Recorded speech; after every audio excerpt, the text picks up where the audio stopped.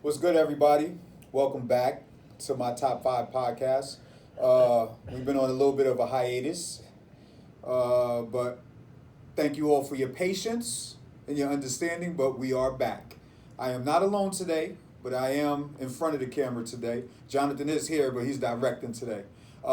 Today's a special day, kinda, sorta. It's Election Day 2020.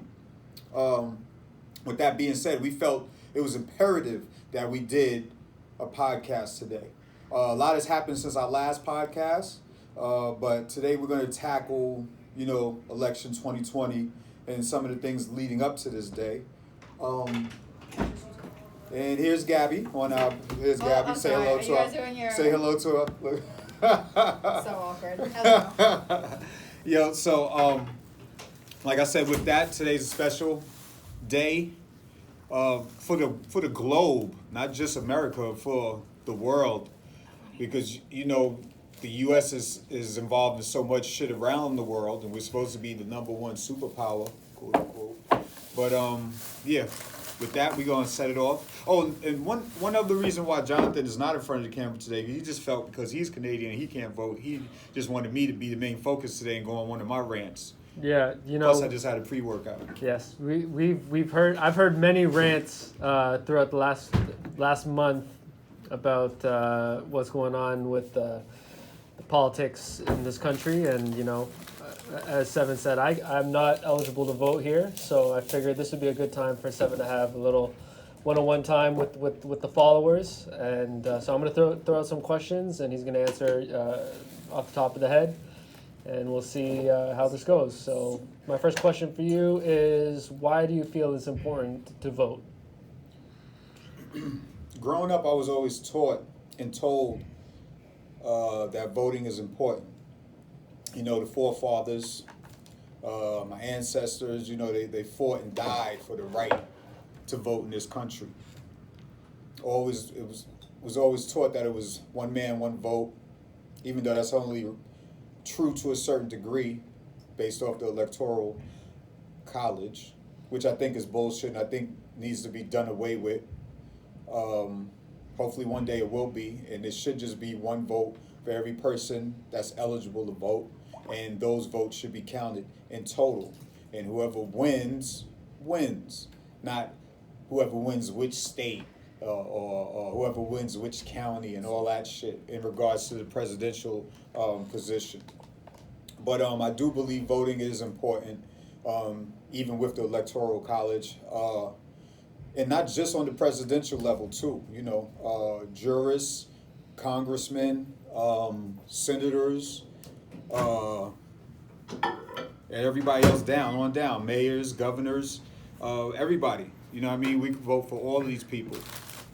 Truthfully, I think we should vote for Supreme Court justices, and they should have a term limit. It shouldn't be for life, truthfully, because times change. And you have somebody sitting on the bench that's deciding the laws of this country, but they might be out of times. You know what I mean? They might just still believe in a past system, in a past way of life that no longer coincides with what's going on today. It's almost like the Constitution, if you ask me. The Constitution was written during slavery, and the men that signed it owned slaves.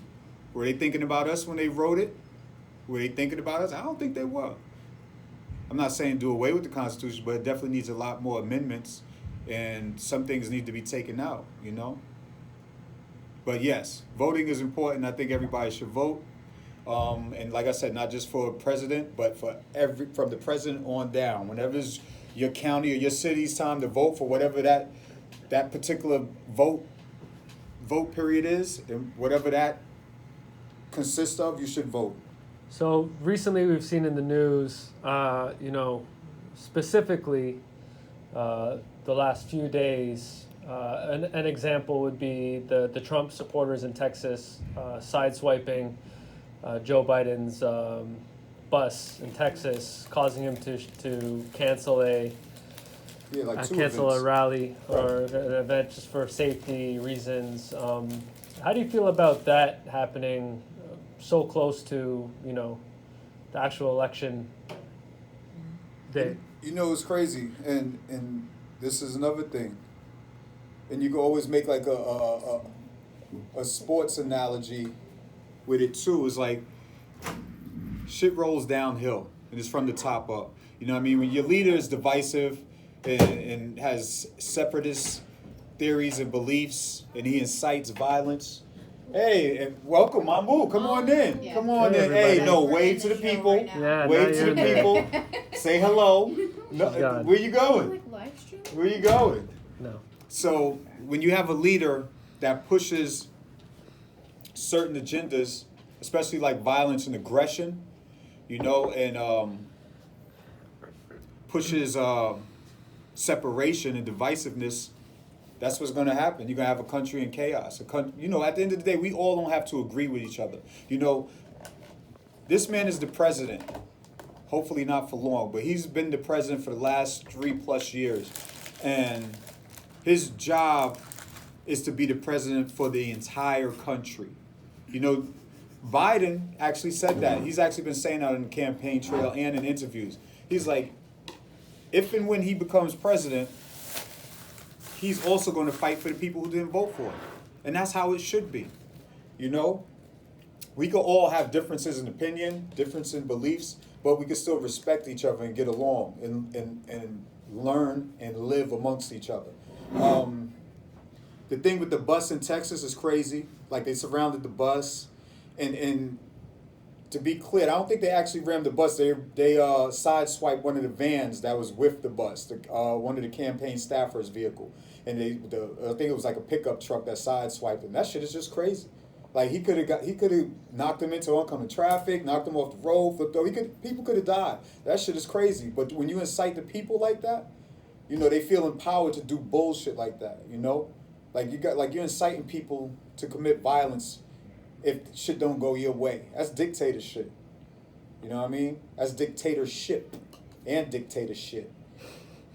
And we're supposed to live in a democracy. We're supposed to represent the free world.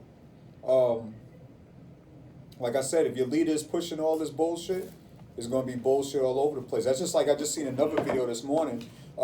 Some girls was in a vehicle. I'm not exactly sure which city and state it was. They were in a vehicle and they were surrounded by Trump supporters. And they were so aggressive, the Trump supporters. I mean, they were so aggressive.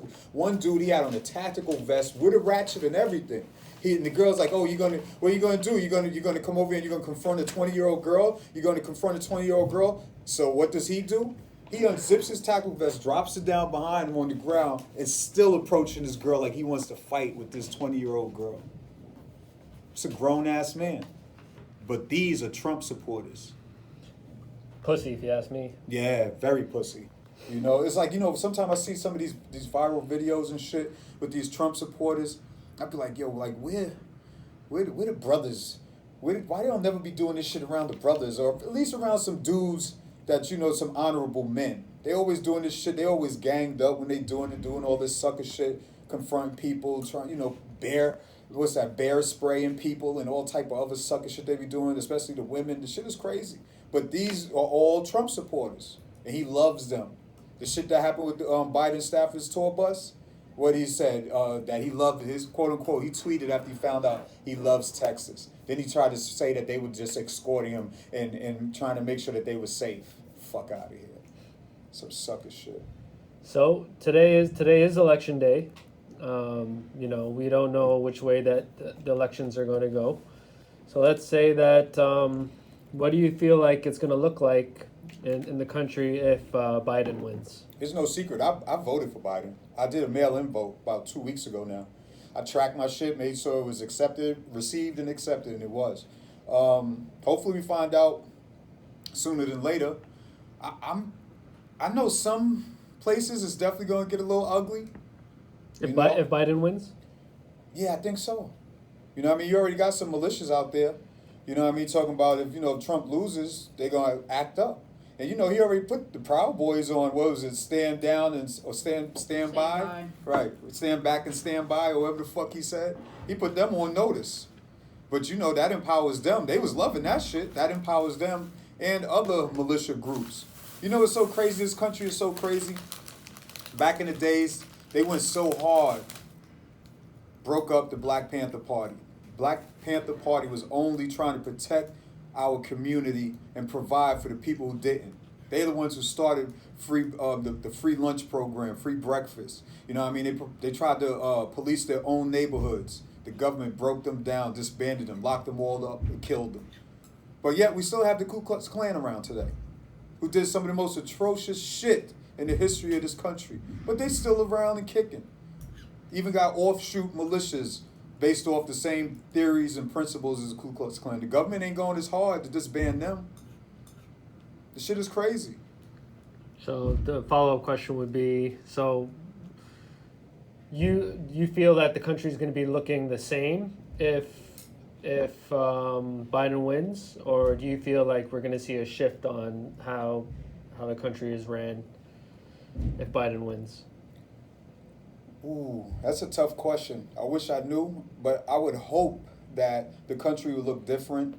I would hope that all of the racists that are out there will feel disempowered, but they might, truthfully, they might try and rise up. I don't know. It's going to be something to watch. And let's not get it twisted, man. Biden wasn't my first choice. I didn't vote for Biden in the primary. I voted for Bernie Sanders, you know. I liked Andrew Yang. Right, personally. right. Yeah, no, you like Andrew. I didn't know enough about Andrew at the time. You know what I mean? He was a latecomer, truthfully. You know what I mean, to me. But I feel like anybody, like I said, I even posted this on my page. It's not about Republican or Democrat at this point. It's just all about, the shit that's going on now can't continue to go on. We need somebody to actually lead the country. You know what I mean? Somebody that's going to lead with integrity, with honor. You know what I mean? Somebody's going to bring respect back to my passport. Right now, it's like if I pull out my passport, I probably can't even get a ride to the ferry with that passport. Like, you know what I mean? Before you used to move around the world with that blue book, people respected. Other customs agents and border patrol respected that passport. Right now, on our passport. We need somebody who's going to bring respect back to our passport. You know what I mean? When they see that blue book, they be like, yeah, he's American, true. And they give you that look like, pass through American. Here's your passport. Enjoy. So what happens now if Trump wins again? What's next for you? Oh, shit. Listen, I'm going to Canada. That's my first stop. It might not be my last stop, but I just got to get out the country as soon as possible. Drive, go over the border. I'll make my decision from there what my next stop is going to be. But I just got to get out of here. Right now, I can't go to Europe right now. Bienvenue. They won't let us in. Jonathan's going back to Canada too, so we're going to be roommates for a little while, and we're going to figure this shit out. Whoever wants to leave, listen, hit me up. We out. Start a business. We start a business. Canada welcome us with open arms. It's going to be a fucking mass exodus to Canada and Mexico. Like, it's going to be crazy. It's going to be mad people trying to leave the country if this dude gets reelected. Like, whew. Yo, I literally, it's crazy because they have the polls, like there's a high level of stress and anxiety across the country right now based on this election and what the results are going to be. But if this dude gets reelected, oh, that says so much about our country, true, too. Don't get it twisted. And you know, I had this stance before that if somebody's a Trump supporter, that it's nothing for me and them to talk about. Like, I'll unfriend them on social media. Don't talk to me, da-da-da. You're out of my life. I've done some thinking, and that's a little too harsh, because in this world it's supposed to be one man sharpens another, iron sharpens iron. My whole thing now is to have discussions with the ones that you can have discussions with. Let's get it twisted. Some people are too extreme, you know what I mean, far right. But for the ones that's just, you know, maybe just a little bit misinformed, let's have discussions. Why do you feel Trump is the answer? Because I really don't. And I think through honest discussion that you'll see the light, you know? I'm always curious when I hear people talk about, I'm never one to like push people into voting for whoever they feel is best for them is best for them. I just always ask, so what policies has this person presented or has passed while they've been in power, which you dislike or you liked, has affected you positively or negatively? It doesn't seem to matter who I ask about Trump's policies. I say, okay, you're doing better, you're making more money now. What policy has he passed that has made that happen for you, Right. and they don't have an answer. Yo, listen to his whole campaign. When he's doing these campaign rallies, Right. he's not talking about shit. When they did the debates, and Biden should have never gave him the opportunity to have a second debate. He should have never did that. He should have left well enough alone. Left that nasty taste in everybody's mouth from the first debate. You know what I mean? But when you listen to him talk, interviews during the debate, they ask him direct questions, and he always what does he do?